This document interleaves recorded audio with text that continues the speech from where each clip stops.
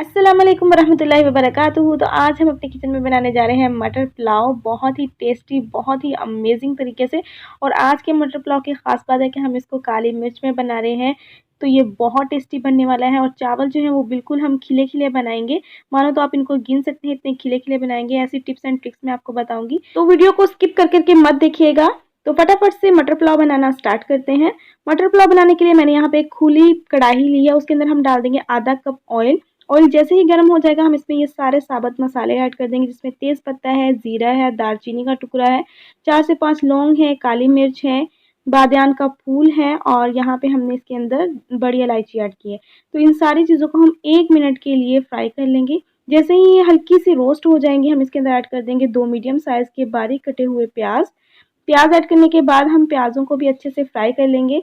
तो यहाँ पे आपकी मर्ज़ी पे डिपेंड करता है कि आप चावलों का कलर कैसा लेके आना चाहते हैं। अगर आप चावलों के कलर को डार्क करना चाहते हैं तो प्याज़ों को आप डार्क ब्राउन कर लें, और अगर आप चावलों के कलर को वाइट रखना चाहते हैं तो प्याज जो है वो इस तरह के गोल्डन से फ्राई कर लें। तो यहाँ पे प्याज हमारे फ्राई हो गए हैं, हम चावलों को ज़्यादा ब्राउन नहीं करेंगे, इसलिए हमने प्याज़ों को गोल्डन सा फ्राई कर लिया है। इसके बाद हम इसमें डालेंगे 3 से 4 कटी हुई हरी मिर्चें, और एक मैंने हरे वाले लहसुन को बारीक चॉप करके इसके अंदर ऐड किया है। आप चाहें तो इसकी जगह 1 चाय का चम्मच कुटा हुआ लहसुन या चॉप किया हुआ लहसुन भी ऐड कर सकते हैं। मिक्स करेंगे और साथ ही हम इसमें डाल देंगे एक बड़े साइज़ का टमाटर। टमाटर को मिक्स करने के बाद हम इसके अंदर मसाले ऐड करेंगे। तो मसालों के बारे में मैं आपको एक बहुत अच्छी ट्रिक देने जा रही हूँ। जिन लोगों को प्रॉब्लम होता है कि उनके चावलों में कभी नमक तेज़ हो जाता है, कभी कम हो जाता है, तो उसके लिए मैं एक ख़ास ट्रिक देने जा रही हूँ कि आपने जितने ग्लास चावलों के लेने हैं, उसी की मुनासबत से आपने इसके अंदर नमक ऐड कर देना है।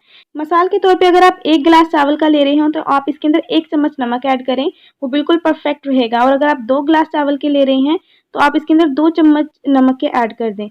तो मैंने 2 गिलास चावल के लिए हैं, तो उसी की मुनासबत से मैंने इसके अंदर 2 चम्मच जो है वो नमक ऐड किया है। तो आप अपने चावल की क्वांटिटी के अकॉर्डिंग आप इसके अंदर नमक ऐड कर सकते हैं। तो यहाँ पे 1 चम्मच मैंने काली मिर्च का पाउडर ऐड किया है।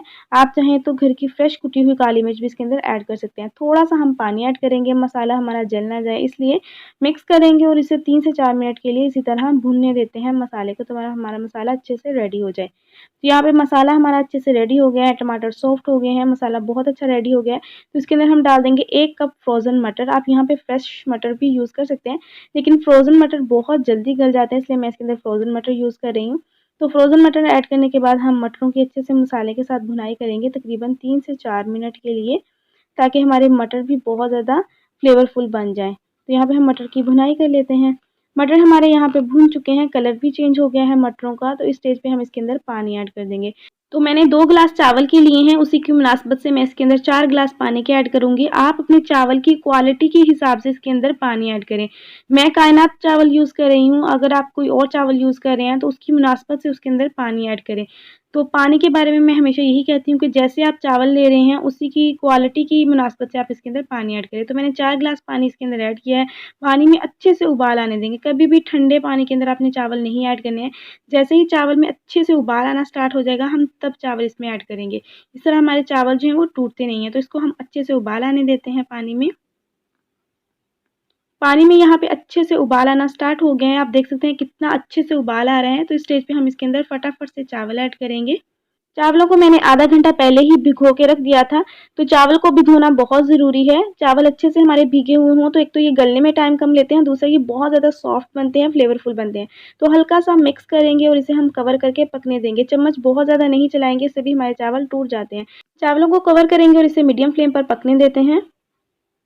तो यहाँ पे तकरीबन 8 से 9 मिनट हो चुके हैं चावल को मीडियम फ्लेम पर पकते हुए। कवर करके मैंने इसी तरह इसको पकने दिया है, और चावल हमारे यहाँ पे बहुत अच्छे से सॉफ्ट हो गए हैं, बहुत जल्दी से गल गए हैं। थोड़ा-थोड़ा सा इसके अंदर पानी भी बाकी है, तो इतने पानी के अंदर हम इसको दम लगाएँगे। तो दम लगाने के लिए मैंने ढक्कन के ऊपर अच्छे से कपड़े को लपेट लिया है, और इसको हम अच्छे से कवर करेंगे। आप चाहें तो इसके ऊपर कोई वज़न भी दे सकते हैं। तो 2 मिनट के लिए हम इसको हाई फ्लेम पर दम पे रखेंगे, उसके बाद हम 15 मिनट के लिए बिल्कुल लो फ्लेम पे इसको दम पे रखेंगे। तो चावल हमारे बहुत अच्छे से पक जाएँगे। तो यहाँ पे हम इसको दम पे रख देते हैं, उसके बाद चेक करेंगे। 15 मिनट यहाँ पे हो चुके हैं, तो दम जैसे ही ख़त्म होगा हम इसके कवर को उठाएँगे और फ़ौरन से चावलों को हल्के हाथों से मिक्स करेंगे। बाज़-औक़ात क्या होता है कि हम चावलों को दम पे रखते हैं, उसके बाद फ्लेम ऑफ करके हम इसको ऐसे ही छोड़ देते हैं, जिससे चावल हमारे बिल्कुल एक-दूसरे के साथ जुड़ जाते हैं। तो आपने क्या करना है, जैसे ही दम कंप्लीट होगा आपने फ़ौरन फ्लेम को ऑफ करना है और चावलों को हल्के हाथों से इस तरह मिक्स करना है, एक-दूसरे से अलग-अलग कर देना है। इससे चावल आपके खिले-खिले रहेंगे। तो ये थी मज़ेदार सी मटर पुलाव की रेसिपी। आई होप आप लोगों के लिए यूज़फुल होगी। रेसिपी पसंद आई तो लाइक कीजिएगा। मिलते हैं नेक्स्ट ऐसी ही रेसिपी के साथ। तब तक के लिए अल्लाह हाफ़िज़।